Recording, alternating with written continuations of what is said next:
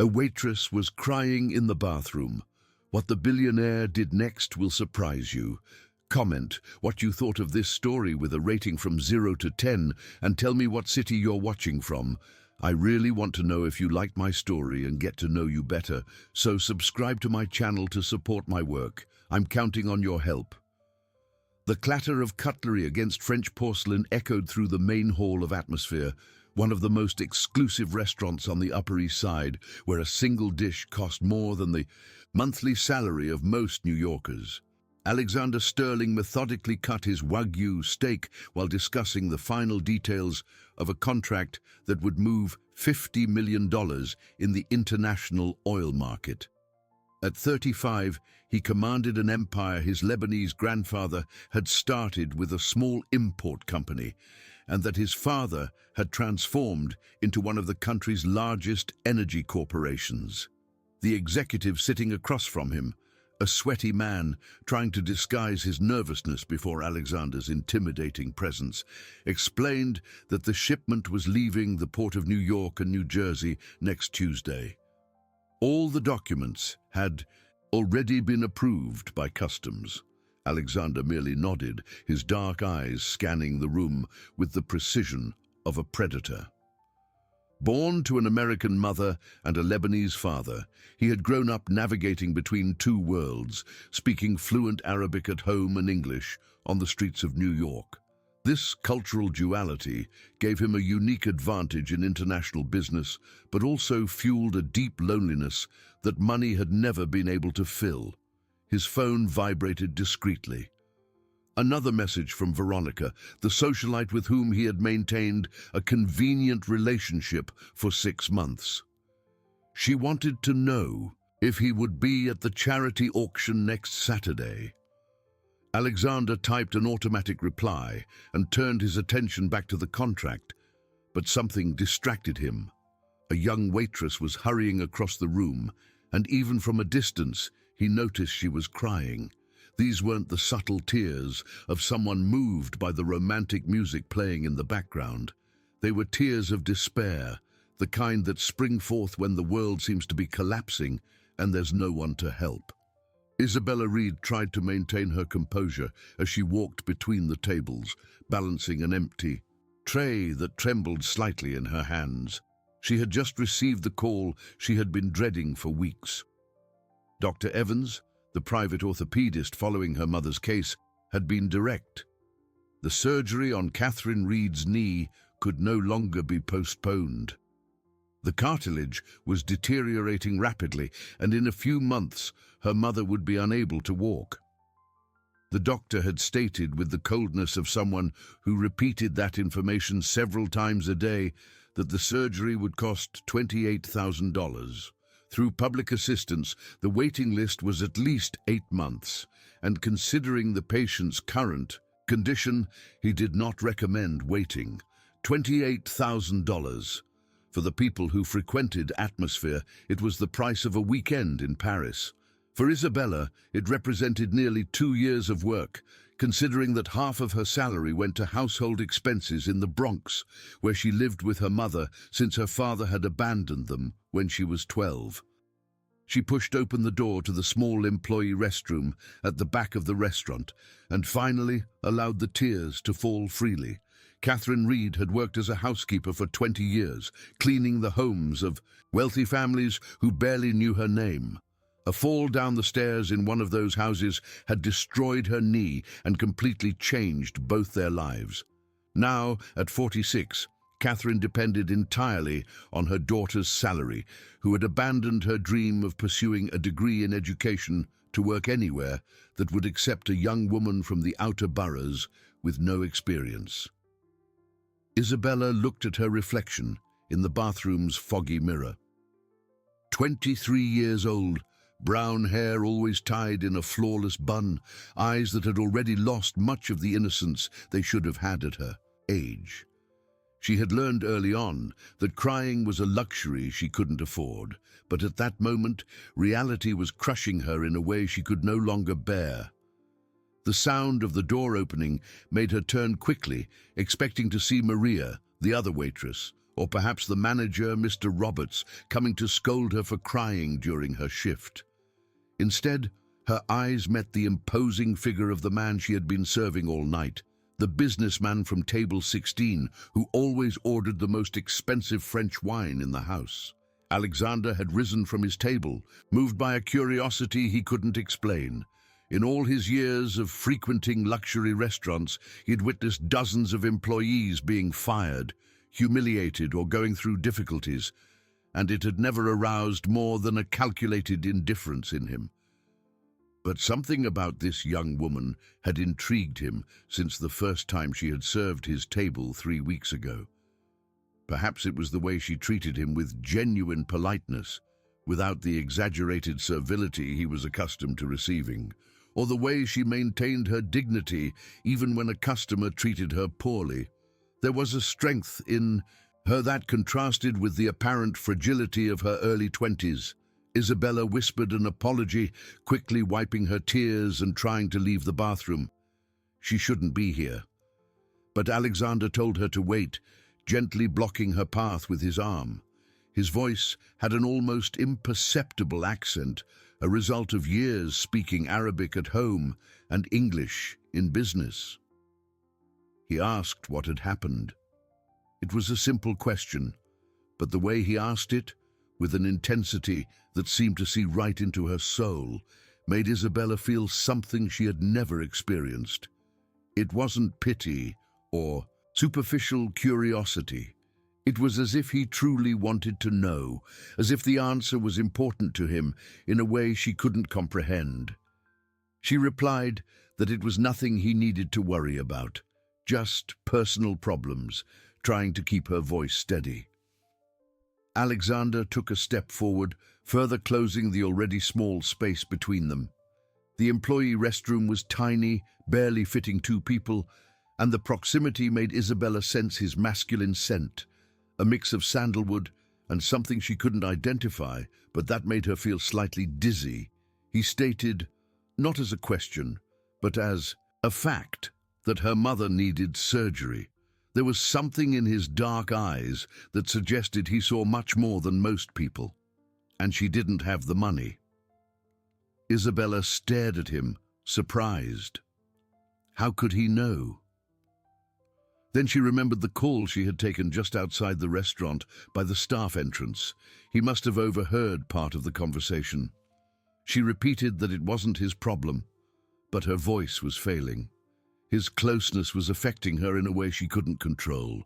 There was something hypnotic in his eyes, an intensity that made her feel as if she were the only person in the world. Alexander said the amount, $28,000, and Isabella felt her heart race. He had heard the entire conversation. For her, it was a fortune. For him, it was what he spent on a bottle of wine. She felt a mixture of humiliation and anger. Was this how the rich saw people like her, as insignificant numbers in their astronomical budgets? She said she didn't need his pity, trying to sound firm, but her voice came out as a whisper. He replied that it wasn't pity, approaching even closer. Now she could feel the warmth of his body, the masculinity that emanated from every pore. It was something much more dangerous. Before she could ask what he meant, Alexander slid a hand along the side of her face, his fingers tracing her jawline with a delicacy that completely contrasted with the intensity of his eyes. Isabella should have pulled away, should have left that bathroom immediately, but she found herself completely paralyzed by the magnetic force emanating from him. She whispered, asking what he was doing, but made no move to pull away.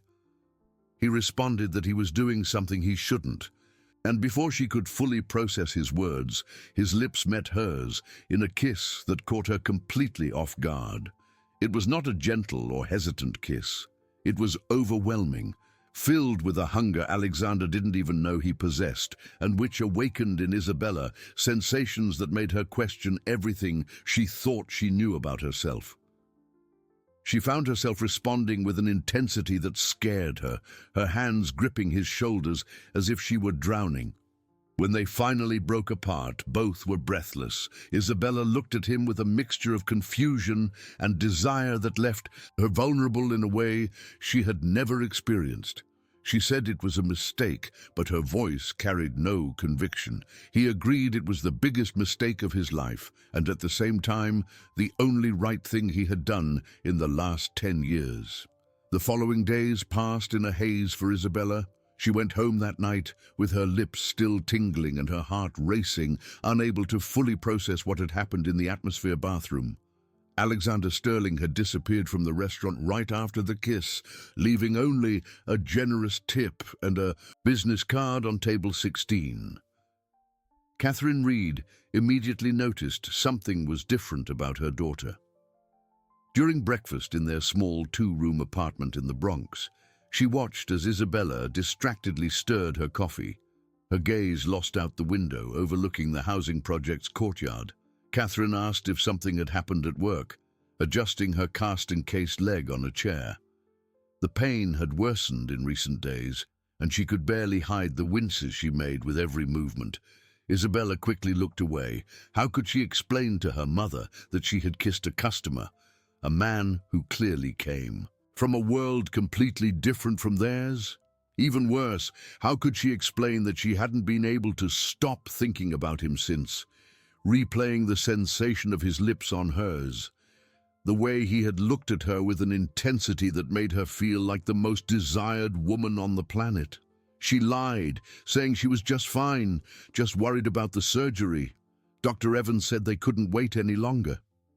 Catherine sighed, well aware of the financial burden it represented for the family. She had spent her entire life trying to give her daughter the best, working in 3 different houses to afford a college prep course that Isabella had attended for only 6 months before having to drop everything to work. Catherine said God would provide, as he always had, but her voice carried more hope than conviction. Isabella dried her hands on a dish towel and looked at the card she had hidden in her uniform pocket. Alexander Sterling, CEO, Al Mansour Energy Group. An address in one of the most expensive buildings on Wall Street, corporate and personal phone numbers written in gold on superior quality, off-white cardstock. For the next 3 days, Alexander frequented Atmosphere religiously. He always requested the same table, always arrived at the same time, always watched her with an intensity that made her mix up orders and drop glasses. He made no attempt to speak to her beyond basic requests, but there was something in his eyes that left her completely unsettled. On Thursday, when she approached his table with the menu, Alexander surprised her. He said in a low voice that he needed to talk to her. Today, when her shift ended, Isabella replied automatically that she couldn't, looking around nervously to see if anyone was paying attention. Mr. Roberts didn't allow employees to talk to customers outside of work hours. Alexander said with the casualness of someone commenting on the weather that Mr. Roberts had just received an offer to sell the restaurant. A very generous offer. He wouldn't be worrying about internal regulations for much longer. Isabella stared at him, trying to understand if he was serious. His expression revealed nothing, but there was a determination in his eyes that made her realize he wasn't joking. She whispered, leaning slightly over the table so no one else could hear, asking what he wanted from her. He replied with one word, everything, and the brutal simplicity of the answer made her feel as if the floor had disappeared from under her feet. At 11:30 that night, when Isabella left through the employee exit, she found Alexander leaning against a black Mercedes-Benz that was worth more than all the houses on her street combined. He had traded the formal suit for a white linen shirt and dark trousers, but he still exuded a power and sophistication that intimidated her. He told her to get in, opening the passenger door. She replied that she shouldn't, but even as she spoke, she felt herself walking toward the car as if hypnotized. Alexander agreed she was right. There were many things she shouldn't do. Getting into his car was just one of them. The car's interior smelled of genuine leather and the same masculine cologne that had made her dizzy in the bathroom. Alexander drove in silence through the empty streets of New York, past the Upper East Side, along the avenues heading north. Isabella tried to process where they were going, but was too distracted by his proximity, by the way his hands held the steering wheel with a confidence that suggested absolute control over everything in his life. She finally asked where they were going when she realized they were on a steep, wooded road that definitely didn't lead to the Bronx. He replied that they were going to a place where they could talk without interruptions, slowing down in front of an imposing electronic gate. The property that was revealed when the gate opened was of a grandeur Isabella had never imagined could exist so close to New York. A contemporary mansion rose amidst perfectly manicured gardens with an infinity pool that reflected the city lights below it. It was like stepping into a movie, into a world where normal people weren't allowed to exist. Isabella whispered, "My God," getting out of the car and looking around with a mixture of fascination and discomfort. She asked if he lived here. He replied sometimes, when he needed to think, guiding her toward the main entrance. The inside of the house was even more impressive than the outside. Designer furniture mixed with pieces of art that Isabella was sure she had seen in museums. Everything was elegant, expensive, and intimidatingly perfect. Alexander led her to a terrace that offered a panoramic view of New York. The city stretched endlessly below them, a sea of lights that seemed to belong to another planet compared to the world where Isabella lived. She asked why she was here, finally finding the courage to ask the question that had been tormenting her since she got in the car. He replied that in 3 days she had managed to do something no woman had in 10 years. She had made him question everything. Isabella protested that she hadn't done anything. She had just served his wine and... He interrupted and looked at him as if he were a real man, not just a bank account. And when he kissed her, she had responded in a way that showed him that beneath that controlled facade was a woman dying to be set free. Isabella felt her face flush. There was a truth in those words that frightened her. During the kiss, she had felt something awaken within her, something wild and powerful that she normally kept buried under layers of responsibility and caution. She said that didn't change the fact that they were from completely different worlds. She gestured vaguely toward the mansion and the view, saying, he had all of this, and she had a mother who needed surgery and didn't have even a tenth of the necessary money. He said he knew, approaching her until only a few inches separated them, and he had a proposal for her. She asked what kind of proposal, though something inside her already knew the answer would change her life forever. He said simply and directly to be his, to leave the restaurant, to let him take care of her mother's surgery, her studies, everything she needed. In return, she would dedicate herself exclusively to him. She asked if he meant as a kept mistress, trying to sound indignant, but the truth was, the idea sparked an excitement in her she couldn't explain. He corrected her as his companion. There would be rules, limits, expectations, but there would also be care, protection, and pleasures she couldn't even imagine existed. Isabella took a few steps back, trying to process what she was hearing. Part of her was shocked by the audacity of the proposal. Another part, a deeper, more honest part, was thrilled in a way she had never experienced. She asked what would happen if she said no. He replied that he would pay for her mother's surgery anyway, but she would go back to her usual life, and he would go back to his, and they would both spend the rest of their lives wondering what could have been. The ensuing silence was thick with tension. Isabella could feel his gaze on her, patient but intense, waiting for an answer that would define both their futures. She finally said she needed to think. He gave her until tomorrow. After that, the offer would expire. Isabella barely slept that night. Lying on the small sofa bed in the living room, She watched the peeling ceiling while listening to her mother's pained groans from the next room. Each of Catherine's sighs was a reminder of the urgency of the situation, but also of the magnitude of the decision she had to make. Accepting Alexander's proposal meant entering a completely unknown world, becoming dependent on a man she had known for only a week. Refusing meant condemning her mother to months of suffering and possibly permanent loss of mobility. In the morning, Catherine noticed her daughter's deep, dark circles. She asked if Isabella was sick. She looked like she hadn't slept at all. Isabella lied that she was fine, just worried, as she prepared the weak coffee they had every morning. She had hidden Alexander's card under her mattress, as if it were a bomb about to explode. During her shift at Atmosphere, Isabella felt the weight of Alexander's gaze on her with every move.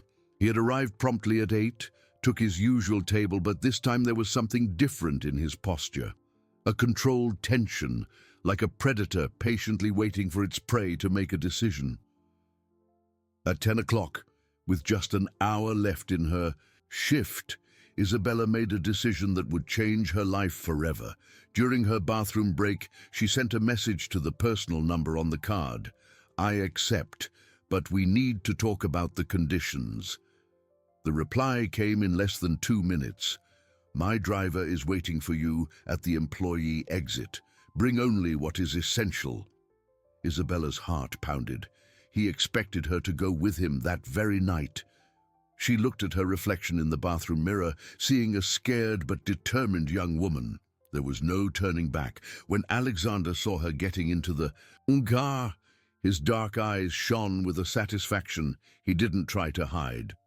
He thought she might change her mind, he said, as the driver headed towards Teterboro Airport. She admitted she almost had several times, looking out the window at the passing city lights. He asked what made her decide to stay. She answered honestly, her mother. But also, she hesitated, trying to find words for something she didn't fully understand herself. Also because she felt that if she didn't do this, she would regret it for the rest of her life. Alexander smiled, a genuine smile that completely transformed his usually serious face. Isabella asked where they were going when she realized they were entering the private airport. "To the Hamptons," he said. He had a property there where they could talk in total privacy. A private jet awaited them, small but luxurious, with only 6 beige leather seats and a flight attendant who greeted them discreetly. Isabella had never flown before, and the novelty of the experience mingled with the nervousness of what was to come. During the flight, Alexander kept a respectful distance, but Isabella could feel his eyes on her constantly. He seemed to be studying her every reaction, memorizing every expression on her face. He asked if she was scared as the plane began its descent. Terrified, she admitted, but not necessarily of him. Then of what? Of herself, of discovering things about herself she might not be ready to know. The Hamptons estate was even more impressive than the mansion near the city. A modern, colonial-style house stretched along a private beach, with palm trees swaying gently in the sea breeze. It was like an isolated paradise, cut off from the rest of the world. Alexander led her to a suite overlooking the ocean, where someone had already left carefully arranged women's clothes in the closet. Isabella asked how he knew she would come, touching a white silk dress that probably cost more than her annual salary. He answered that he didn't know, but he was prepared for all possibilities. He told her to take a shower, put on something comfortable, and meet him on the main terrace when she was ready. Alone in the marble bathroom, Isabella allowed herself to fully process what was happening. She had left her life, her mother, her world, to embark on an adventure with a man she barely knew. It was the most impulsive and dangerous thing she had ever done. The white dress fit her body perfectly, as if it were made to measure. When she looked in the mirror, she barely recognized the elegant woman staring back at her. Alexander was waiting for her on the terrace with a table set for 2, lit candles and a bottle of champagne on ice. The sound of the waves created a perfect soundtrack for the conversation they knew they had to have. He told her she was beautiful as she approached, and for the first time, since she met him, Isabella saw genuine vulnerability in his eyes. She thanked him, accepting the glass he offered. Now, she said, he had to tell her exactly what he expected from her. Alexander sat across from her, his fingers toying with the base of his own glass. Total honesty, absolute trust, her presence when he needed it, and her absence when he asked for it. In return, she would have access to a world most people only know in dreams. And physically, Isabella asked, surprising herself with her own boldness.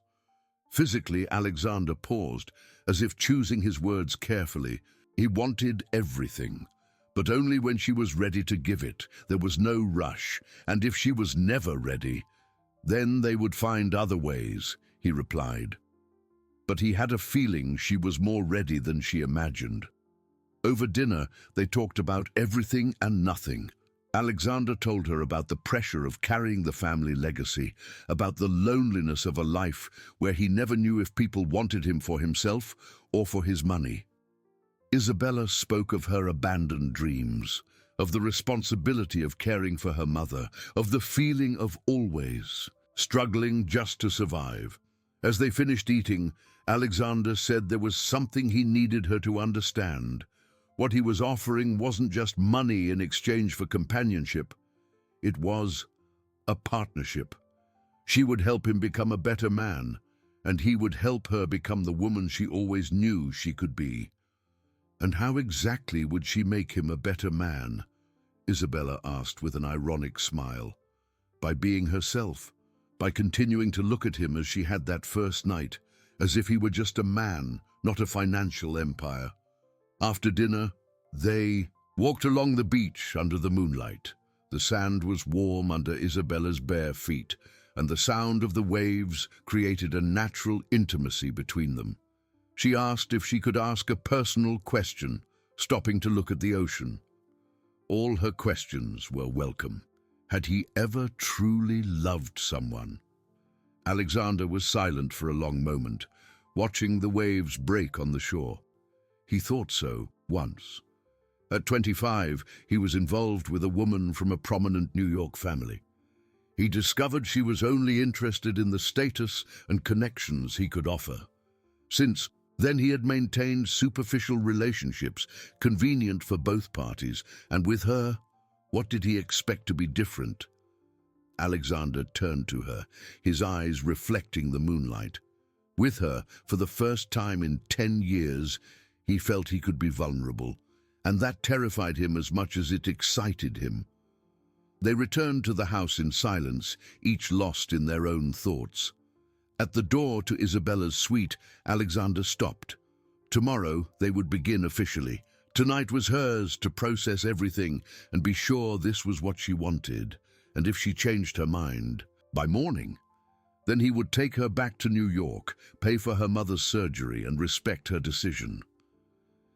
Isabella looked at him for a long moment, seeing for the first time the man behind the mask of power and control. "Good night, Alexander," she said softly. "Good night, Isabella." But as she closed the door, they both knew there was no turning back. What had begun as a transaction was quickly turning into something much more dangerous and much more real. Isabella awoke to the gentle sound of waves and the golden light of the morning sun streaming through the window. For a moment, she forgot where she was, until the reality of her new life hit her like a wave. She had really done it. She had left everything behind to embark on this journey with Alexander. During breakfast on the terrace, they established the rules of their agreement. Alexander would be direct about his expectations, and she would have the freedom to set her own boundaries. Most importantly, she insisted on continuing her studies, and he not only agreed, but offered to hire the best private tutors. The first few months were an emotional roller coaster. Alexander took her to his penthouse in New York, a modern and sophisticated space in the heart of the city, and there she learned to navigate a completely new world. Etiquette lessons with a former French diplomat, sessions with a personal stylist who taught her how to dress for every occasion, intensive courses in English and French. But it was during their intimate nights that Isabella discovered aspects of herself she had never imagined. Alexander was a patient and intense lover who guided her through experiences that awakened in her a powerful sensuality and a confidence that reflected in every aspect of her life. He told her one night, watching her get ready for an important business dinner, that she was transforming, but she wasn't losing her essence. That's what fascinated him about her. Catherine's surgery was a complete success. Alexander not only paid for the procedure, but ensured she had access to the best physical therapists and medical care. When Isabella took Alexander to meet her mother, she feared the contrast between their worlds would be too uncomfortable. Instead, she witnessed something unexpected. Alexander spoke to Catherine in simple English, without arrogance or condescension, asking about her recovery and genuinely listening to her stories about her time as a housekeeper. Catherine, in turn, saw beyond the wealth and recognized the loneliness Alexander carried. "He's a good man, daughter," Catherine said after Alexander left. "But be careful not to get lost in his world. Always remember who you are." The first real conflict arose after 6 months. Charles Monroe, Alexander's rival in the oil industry, discovered Isabella and tried to use her against him. Photographs were taken without her knowledge, showing her entering and leaving Alexander's penthouse, frequenting expensive restaurants, wearing designer clothes. A gossip magazine headline blared, "Former waitress becomes millionaire's mistress." Businessman Alexander Sterling keeps girl from the Bronx in luxury penthouse. Isabella was devastated, not by the exposure itself, but by the cruel way the media portrayed their relationship, as if she were just an opportunist taking advantage of Alexander's generosity. She cried in the penthouse bedroom, saying she couldn't do this anymore. They were making her look like an expensive prostitute. Alexander found her like this, destroyed by public humiliation, and felt a fury he had never experienced. Not for the attack on his reputation, but for the pain they were causing the woman he loved. He knelt before her and told her to look at him. She was not what they said she was. She was the bravest woman he knew, who had sacrificed everything to care for her mother, who had taught him what it means to truly love. Surprised, she asked if he loved her. It was the first time he had used that word. Desperately, Alexander replied, and that was why they were going to end this once and for all. Alexander's response was devastating for his enemies. He used all his resources and connections to expose Charles Monroe for tax evasion and corruption. Within a week, Monroe was under federal investigation, and the publications that had attacked Isabella were forced to retract their stories. But more important than the revenge was the public decision Alexander made. During a press conference about a major international contract, he made an unexpected announcement. He said he would like to take this opportunity to officially introduce his fiancée, Isabella Reed, extending a hand for her to approach. An extraordinary woman who had taught him that true value is not measured in dollars, but in character. Isabella was shocked. They had never talked about marriage, and the public proposal caught her completely off guard. But when she looked into his eyes, she saw something that reassured her: absolute certainty. She whispered, asking if he was sure, as camera flashes went off around them. "He had never been more certain of anything in his life," he replied. The wedding preparations revealed how much they had both changed. Alexander, who always controlled every aspect of his life, allowed Isabella to make all the decisions about the ceremony. She, in turn, who had always lived with limited resources, learned to balance abundance with the simplicity she had always valued. They married at the Hamptons estate in an intimate ceremony attended by Catherine, a few of Alexander's close friends, and Isabella's former co-workers from the restaurant, whom Alexander had made a point of inviting personally. During the reception, Alexander surprised everyone by giving a speech in English and Arabic, honoring both his cultures and promising they would build a life that respected both their origins and their dreams. He said, looking directly at her, that Isabella had taught him that true power comes not from controlling others, but from surrendering completely to the one you love. She showed him that vulnerability is a strength, not a weakness. Isabella responded with her own promise. Alexander gave her the courage to dream big, but also taught her that the best dreams are the ones we share with those we love.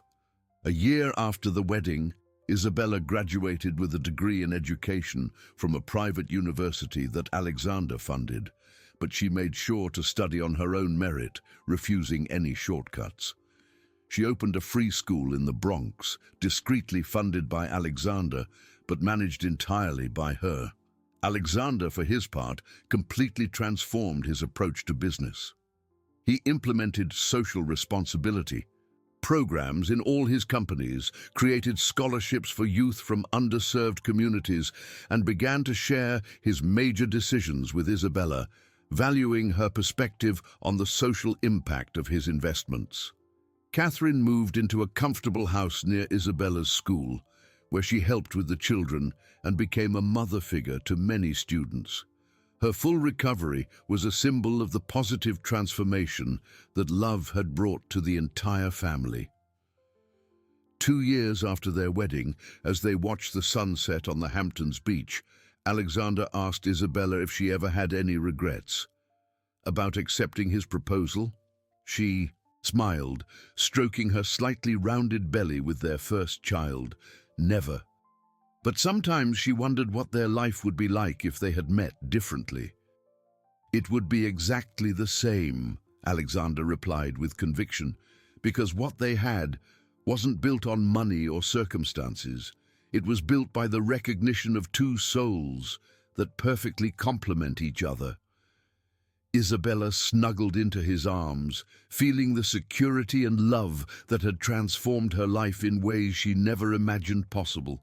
She had started as a desperate waitress, crying in a bathroom, but had discovered she was a strong woman, capable of loving and being loved intensely. Alexander gently kissed her hair, knowing he had found not just a partner, but his soulmate. The man who once controlled everything through power and money had learned that true wealth lay in the ability to surrender completely and trust without reservation. Together, they built a love that transcended all social barriers, all economic differences, all prejudices and obstacles. A love based on mutual respect, true passion, and the absolute certainty that they had found in each other, the half that completed their souls. If you like this video, please subscribe to my channel. I promise to bring you videos every day that will make your life happier. Comment what you thought of my story with a rating from 0 to 10, and thank you very much.